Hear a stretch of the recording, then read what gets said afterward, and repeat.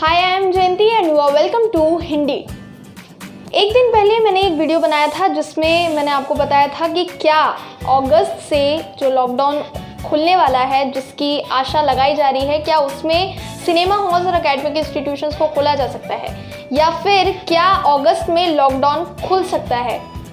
तो कल इसका आंसर हमें मिल चुका है, क्योंकि गवर्नमेंट ऑफ इंडिया की तरफ से अनलॉक 3 की गाइडलाइंस इशू कर दी गई हैं, जिनमें बहुत सारे रेस्ट्रिक्शंस के साथ साथ काफ़ी रिलैक्सेशन भी दिया गया है। अब अगर हम बात करें प्रीवियस लॉकडाउन की, तो प्रीवियस लॉकडाउन में बहुत सारे ऐसे रेस्ट्रिक्शंस थे जिसकी वजह से लोगों को प्रॉब्लम हो रही थी। हालांकि ऑफिसेज वगैरह सब ओपन हो चुके थे, लेकिन फिर भी कुछ ऐसे रेस्ट्रिक्शंस थे जिसकी वजह से लोग कंटिन्यूसली कंसिस्टेंसी के साथ काम नहीं कर पा रहे थे। अब लोग ये अंदाज़ा लगा रहे थे कि शायद अगस्त में लॉकडाउन खुल जाएगा, पर कल गवर्नमेंट ऑफ इंडिया की तरफ से जो गाइडलाइंस इशू की गई उसके अकॉर्डिंग लॉकडाउन को 31 अगस्त तक एक्सटेंड कर दिया गया है ऑल ओवर इंडिया। लेकिन इन गाइडलाइंस में बहुत से ऐसे चेंजेस हैं जिन्हें सुनकर शायद आप खुश हो जाएं। तो अब ये गाइडलाइंस क्या है वो मैं आपको बता देती हूँ। पहली गाइडलाइन, कर्फ्यू टाइमिंग। रात के टाइम पे जो कर्फ्यू टाइमिंग लगाया गया था कि इस सेट टाइम ऑफ फ्रेम में ही बाहर जा सकते हैं, नाइट के टाइम पे ये टाइम फ्रेम डिसाइड किया गया है जिसमें लोग बाहर निकल सकते हैं, तो वो रेस्ट्रिक्शन अब हट चुकी है। अब कोई कर्फ्यू टाइमिंग नहीं रहेगा, आप रात को बाहर निकल सकते हैं, लेकिन जब आपको बहुत ज़रूरी काम हो तो ही आप निकलिए, अदरवाइज़ आप मत निकलिए, क्योंकि कोरोना का खतरा अभी टला नहीं है। इसके अलावा अगर हम बात करें जिम्स और योगा इंस्टीट्यूट्स की, तो 5 अगस्त से इन गाइडलाइंस के अकॉर्डिंग इन्हें खोला जा सकता है, इन्हें रीओपन किया जा सकता है, लेकिन उसके लिए भी कुछ दिनों में स्पेशल गाइडलाइंस जारी कर दी जाएंगी।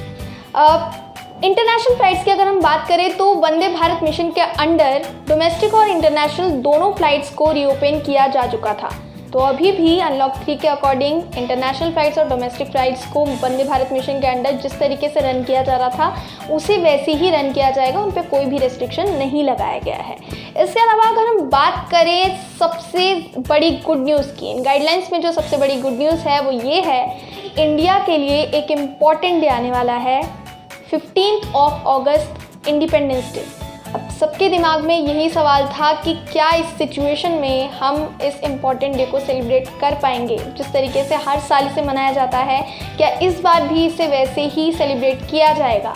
तो इन गाइडलाइंस के अकॉर्डिंग इसका आंसर येस है, क्योंकि इंडिपेंडेंस डे को हम इस ईयर भी बाकी ईयर्स की तरह सेलिब्रेट कर सकते हैं। पर हमें ये नहीं भूलना है कि हम कौन सी सिचुएशन में हैं। अभी भी कोविड-19 नहीं गया है, कोरोना हमारे आसपास ही है, तो कुछ नॉर्म्स को फॉलो करना पड़ेगा, कुछ ऐसे रूल्स होंगे जो वहाँ पे भी एप्लीकेबल होंगे, लाइक सोशल डिस्टेंसिंग और फेस मास्क। फेस मास्क बिल्कुल भी नहीं हटाना है, और इन दोनों को ध्यान में रखते हुए, इनके साथ चलते हुए इस बार भी हम इंडिपेंडेंस डे सेलिब्रेट कर पाएंगे। तो इंडिया के लिए ये सबसे बड़ी गुड न्यूज़ है। इसके अलावा अगर हम बात करें महाराष्ट्र की, तो महाराष्ट्र में भी लॉकडाउन 31 अगस्त तक एक्सटेंड कर दिया गया है।